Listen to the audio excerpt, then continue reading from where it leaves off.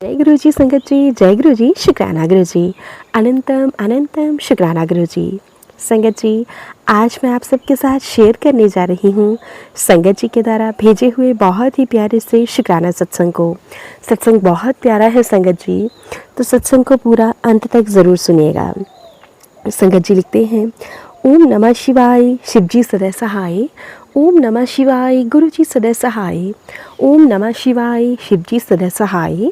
ओम नमः शिवाय, गुरु जी सदैव सहाय। हम गुरु जी के पास अप्रैल 2024 में आए। हमें एक मित्र ने उनके बारे में 2002 में ही बता दिया था। पर जैसे कहते हैं ना कि गुरु जी के पास कोई तभी जा सकता है जब उनकी इच्छा हो। 2005 में हम बॉम्बे सिटी में रहते थे और अक्सर हमारा दिल्ली आना जाना होता था, क्योंकि दिल्ली में भी हमारा एक घर था। एक महिला ने, जिससे हम एक पार्टी में मिले थे, हमें गुरुजी के बारे में याद दिलाया। उन्होंने हमसे गुरुजी के बारे में बात की और उनका विश्वास था कि निस्संदेह यह आपका बुलावा होगा और आपको एम्पायर स्टेट अवश्य जाना चाहिए। हम गए, परंतु पहले दिन हम लंगर नहीं ले सके। दूसरे दिन हम फिर गए, जैसे कुछ चुंबक हमें अपनी ओर खींच रहा हो। हम भाग्यशाली थे कि गुरुजी ने हमसे बात की। उन्होंने हमसे पूछा किसने हमें यहाँ भेजा था, और वह चाहते थे कि अगले दिन संडे को हम फिर आएं। हमने उन्हें बताया कि अगले दिन हम बाय एयर बॉम्बे वापस जा रहे हैं, तो वह बोले टिकट कैंसिल करा दो, ब्लेसिंग्स नहीं लेनी। उन्होंने हमें तांबे का लोटा भी लेकर आने को कहा। उन्होंने वह लोटा मेरी पत्नी के लिए ब्लेस किया और अगली सुबह हम बॉम्बे लौट गए। हम उन भाग्यशाली लोगों में से थे जिन्हें गुरुजी का आशीर्वाद प्राप्त हुआ। उनकी असल मूल्य और गहराई जानने से भी पहले उस समय हम एक बहुत ही सामान्य परिवार में थे, बिना कोई मुख्य समस्या के। गुरुजी ने हमें आशीर्वाद दिया, हमारी वो परेशानियां दूर कर दी जिनके बारे में हमें जानकारी भी नहीं थी। संगत जी, 2005 के बाद मैं हमेशा दिल्ली में अपनी मीटिंग थर्सडे या फ्राइडे को रखने की कोशिश करता, ताकि मैं गुरुजी के दर्शन कर सकूं।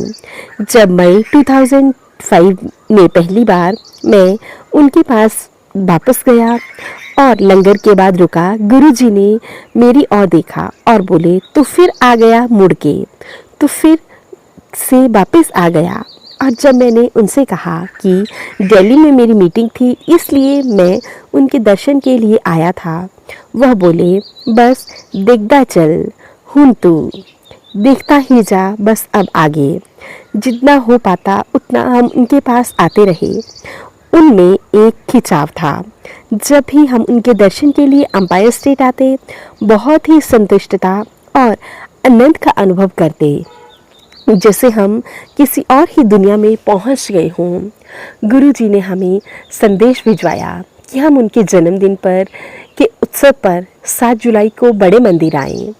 यह एक बहुत ही विशेष अनुभव था और उसके बाद हम बहुत ही धन्य हो गए। गुरुजी हमें बॉम्बे वाले बुलाते थे और जब हम उनसे आज्ञा लेते, वह हमेशा हमें कहते जाओ ऐश करो, यही कहकर आशीर्वाद देते। तब हमने उनके आशीर्वाद की गहराई नहीं समझी, पर अब समझ में आता है कि बॉम्बे में जो हम 3 साल रहे, वो क्यों इतने खुशहाल और सुख निकले। गुरुजी ने सुरक्षा कवच की हमें पहली बार जुलाई 2025 को अनुभूति करवाई। जुलाई 26 को मुंबई में इतना पानी भर गया था जैसे पहले कभी नहीं हुआ। पूरे शहर में के सभी को बहुत परेशानी झेलनी पड़ी, पर हमें कोई परेशानी नहीं हुई। हमारे अधिकतर मित्रों को किसी न किसी परेशानी का सामना करना पड़ा, पर हम बिल्कुल सेफ थे और उनके आशीर्वाद के संरक्षण में थे। हमारी बेटी स्कूल से वापस घर सुरक्षित पहुंच गई, जबकि उसी स्कूल में हमारे मित्रों के बच्चों को रात को स्कूल की बस के लिए कड़ी मेहनत करनी पड़ी। मेरे बहुत सारे फ्रेंड्स अगली दोपहर को घर पहुंचे। मैं उसी शाम घर पहुंचा। बस करीब 1 घंटा देरी से। जिस कॉलोनी में हम रहते थे उसमें पानी और बिजली की समस्या नहीं हुई।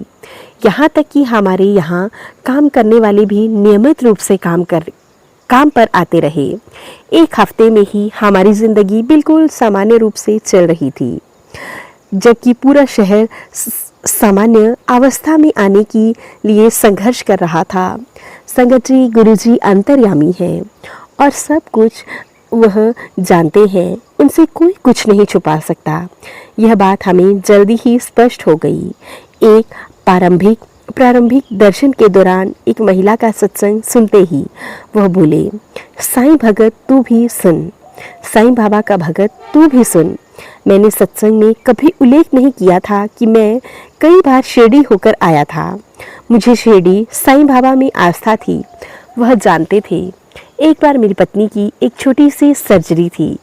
हमने यह बात गुरुजी को बताई भी नहीं, परंतु अगली सुबह जब मैं मुंबई से गुरुजी के दर्शन के लिए आया, वह बोले, हो गई तेरी वाइफ ठीक। मुंबई में रहते हुए हम हमेशा ऐसे अवसरों की ताक में रहते थे कि हम गुरुजी के दर्शन के लिए दिल्ली आ सकें। उन्होंने हमें ऐसा आशीर्वाद दिया जैसे एक पिता देते हैं। मुझे याद है हम दिल्ली उतरे और हवाई जहाज़ में ही हमें उनकी सुगंध आ गई। लालची बच्चों की तरह हमेशा हमारी कोशिश रहती कि जितना हो सके हम उनके सिंहासन के करीब बैठें। जब हम संगत में लौटे तब भी कुछ समय तक हमारे कपड़े उनके सुगंध से महकते रहते, पर अपनी नादानी में हम यह सोचते कि ऐसा हमारा उनके करीब बैठने के कारण है। एक बार गुरुजी ने अपने कमरे के बाहर आने से पहले ही मुझे पहली मंजिल पर भेज दिया और लंगर के बाद बैठने का मौका मुझे नहीं मिला। उस दिन उनकी सुगंध मेरे कपड़ों में अगली सुबह तक रही। स्पष्ट चिन्ह था कि उनका आशीर्वाद था, न कि उनके करीब बैठने के कारण। संगत जी, अगस्त 2006 में कभी गुरुजी ने हमें मुंबई वाले बुलाना बंद कर दिया। मेरी कंपनी मुझे सिंगापुर इंग्लैंड भेजने पर विचार कर रही थी। सारे कार्य पूर्ण हो गए थे। इंग्लैंड में मेरा परमिट आ गया था। अगले दर्शन पर पत्नी ने गुरुजी को यह बात बताई। तू की करना है लंदन जाके, वह बोले, तू इत्थे आ जा दिल्ली मेरे कोल। तू लंदन जाके क्या करेगा, तू यहाँ आ जा मेरे पास दिल्ली। हम थोड़ा निराश हुए, पर हमारे लिए यह बात स्पष्ट थी कि हमें उनका कहाँ मानना है। जल्दी ही मुझे दिल्ली में एक नौकरी का प्रस्ताव आया। मैं गुरुजी के दर्शन के लिए दिल्ली आया। उन्होंने मुझे दूर से ही देखा और बोले, मिल गई तैनू नौकरी, दिल्ली दी, हुण तू आ जा दिल्ली। उसके बाद सब कुछ बस अपने आप होता चला गया, मानो जैसे हमारे जीवन की डोर उनके हाथ में हो। उनके आशीर्वाद से हमारी बेटी का दाखिला देहरादून के एक बहुत अच्छे स्कूल में हो गया। संगत जी, 13 अप्रैल 2007 को हमने मुंबई से अपने सारे नाते तोड़ दिए और दिल्ली उतरते ही सीधे बड़े मंदिर गए। दिल्ली आने के बाद हम नियमित रूप से उनके दर्शन के लिए जाते, लेकिन लंगर के बाद रुकने का अवसर कम ही मिलता। एक शाम एम्पायर स्टेट से वापस जाते हुए हम गाड़ी में बात कर रहे थे और हमारी इच्छा थी कि लंगर के बाद गुरुजी हमें रुकने की अनुमति दें। उन्होंने हमें इसकी अनुमति दी। जब हमने उनका ध्यान किया तो वह बोले, मैं गड्डी विच सुन लिया सी। हम धन्य हैं कि उनके श्री कमल चरणों में रहने का अवसर मिला। हम यह भी अनुभूति करते हैं कि उन्होंने हमें परेशानियों से बचा के रखा। परेशानियां आने से पहले ही वह उनका समाधान कर देते। उनके महासमाधि लेने के बाद भी हम उनके सुरक्षा कवच में रहते हैं। एक बार देहरादून से लौटते समय गाजियाबाद के पास हमारी गाड़ी एक बड़े ट्रक से टकरा गई। संगत जी, हमने धातु उखाड़ने की आवाज़ जैसी सुनाई दी और हमारी गाड़ी में बहुत ज़ोर का झटका लगा, किंतु हम पूरी तरह से सुरक्षित थे। हमें एक खरोच तक नहीं आई थी। गाड़ी भी वापस चला कर लेकर जाने की हालत में नहीं थी, परंतु जिसने भी गाड़ी देखी वह विस्मित रह गया कि किसी को भी चोट नहीं पहुंची। ड्राइवर जो हमें एम्पायर स्टेट लेकर जाता था बहुत निराश हुआ कि गुरुजी के दर्शन का अवसर प्राप्त नहीं हुआ। गुरुजी की महासमाधि के बाद गुरुजी का स्वरूप मांगा। उसकी पत्नी को दूसरा बच्चा होने वाला था क्योंकि उसका पहला बच्चा सिजेरियन हुआ था। वे चिंतित थे और डॉक्टर्स ने इस बारे में बाहर भी सर्जरी होने की ज़्यादा संभावना बताई थी। उसकी पत्नी ने गुरुजी के नियमित रूप से प्रार्थना करनी शुरू कर दी। एक शाम अगरबत्ती जलाते समय उसने मन में सोचा, गुरुजी मैंने तो आपको देखा भी नहीं। अगली सुबह गुरुजी ने उसे दर्शन दिए, आशीर्वाद दिया और उसे बोले कि उसे लड़का होगा, वो भी सामान्य प्रसव से। 1 महीने के अंदर पति पत्नी को लड़का हुआ, निस्संदेह सामान्य प्रसव से। हमने हमेशा अपने आसपास उनकी उपस्थिति और मार्गदर्शन आज भी महसूस किया है। वह हमेशा हमारा ख्याल रखते हैं, हमें बड़े बड़े खतरों से बचाते हैं, बड़े बड़े एक्सीडेंट से बचाते हैं और हमेशा हमारे अंग संग से सहाय रहते हैं। गुरुजी ने कई बार मेरे बेटे को भी बड़े बड़े एक्सीडेंट से बचाया।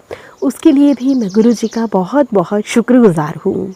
गुरु पिता यूँ ही अपनी ब्लेसिंग्स हम सब पर बना कर रखिएगा। गरीब निवाज गुसाई मेरा माथे छत्र धरे, ऐसी लाल तुझ बिन कौन करे। जय गुरु जी, शुक्राना गुरु जी। अब मैं सत्संग को गुरु जी के मंत्र जाप के साथ विराम देता हूँ। ओम नमः शिवाय, शिवजी सदैव सहाय। ओम नमः शिवाय, गुरु जी सदैव सहाय। ओम नमः शिवाय, शिवजी सदैव सहाय। ओम नमः शिवाय, गुरु जी सदैव सहाय। जय गुरु जी, शुक्राना गुरु जी। अनंतम अनंतम शुक्राना गुरु जी। संगत जी, ये था संगत जी के द्वारा भेजा हुआ बहुत ही प्यारा सा सत्संग। आप सबको सत्संग अच्छा लगे तो प्लीज़ ज़्यादा से ज़्यादा शेयर करें, लाइक करें और कमेंट बॉक्स में जय गुरु जी लिखना बिल्कुल ना भूलें।